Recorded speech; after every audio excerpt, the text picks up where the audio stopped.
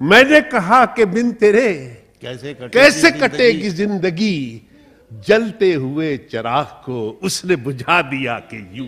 वाह वाह वाह वाह वाह वाह वाह। घर का दरवाजा इस अंदाज से खोला उसने, घर का दरवाजा इस अंदाज से खोला उसने, मैं नहीं जैसे कोई और था आने वाला। वाह, जिंदाबाद अतुल, वाह वाह वाह, जिंदाबाद।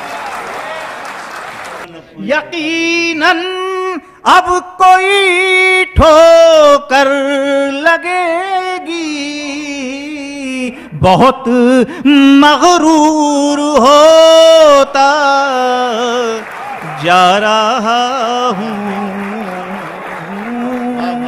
इस कदर बाग कमाल हैं ये लोग, कुछ करेंगे कमाल से आगे। इस कदर वफादारी का ये आलम कि सब कुत्ता समझते हैं, यही सब सोचकर मैं भी वफादारी नहीं करता।